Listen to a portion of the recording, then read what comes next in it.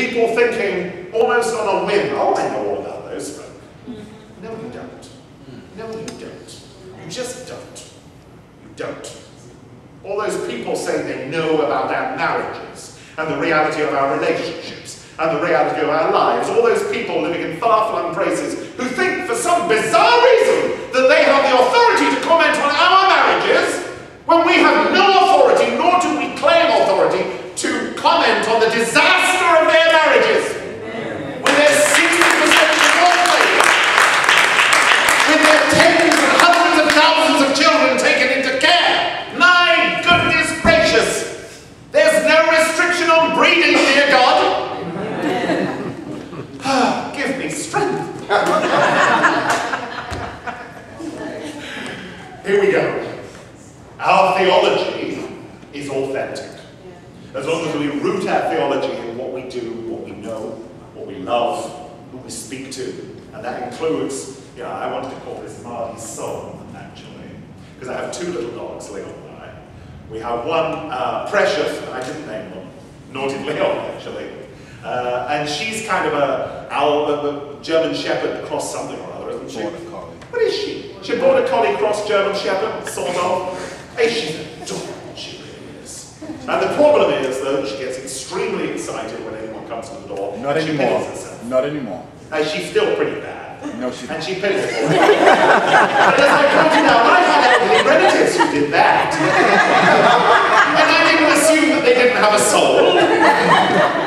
And then there's Mardy. Now, if you first see Mardy, you may be mistaken for not immediately falling in love with her, because your eyes are blind to her beauty. She is a puggle.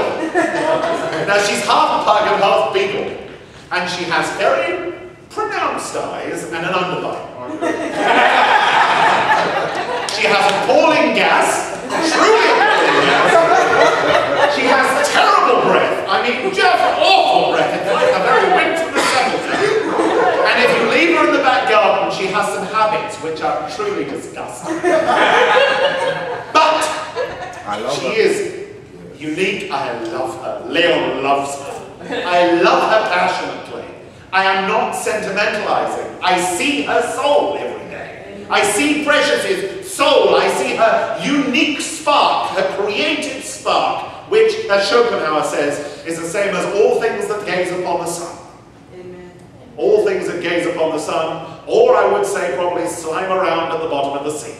All things that to us are unlovely must be lovely to God, or they wouldn't be there. Amen. Even I don't want to bring hagfish into this. I mean, think about those hagfish that eat dead things on the bottom of the ocean. Even those must be lovely to God. My goodness, which means that they must have some value. We've just got to respect that value. We've just got to. If it's good enough for God, then I guess it's good enough for us. Amen. And I suppose we better start thinking about that, about a wider range of things. Because that awful Hebrew expression, if I remember, what is it? Nefesh Chaya. That Hebrew expression is a living soul. And God breathed a living soul into all the creatures of creation, including ourselves. I think I'm finished now. Just there was something else I wanted to say. There was something else?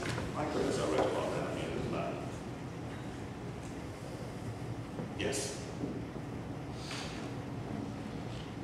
I'm going to be sending out my last e-newsletter. Thankfully, the internet's back up again during the week, and I'm going to put a link to this book on Amazon, so you can actually buy it for yourselves.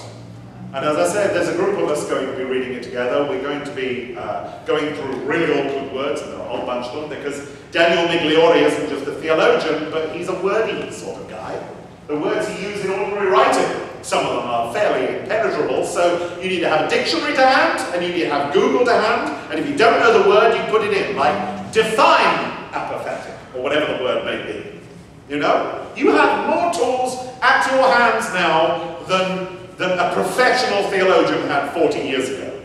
You can do more with Google, for goodness sakes, than people could with the Oxford Library just 20 years ago. So if you want to embark upon this is pretty good starting point. It's not, theology isn't doctrine. Theology is faith-seeking understanding. It's how we go about building a vocabulary to describe God.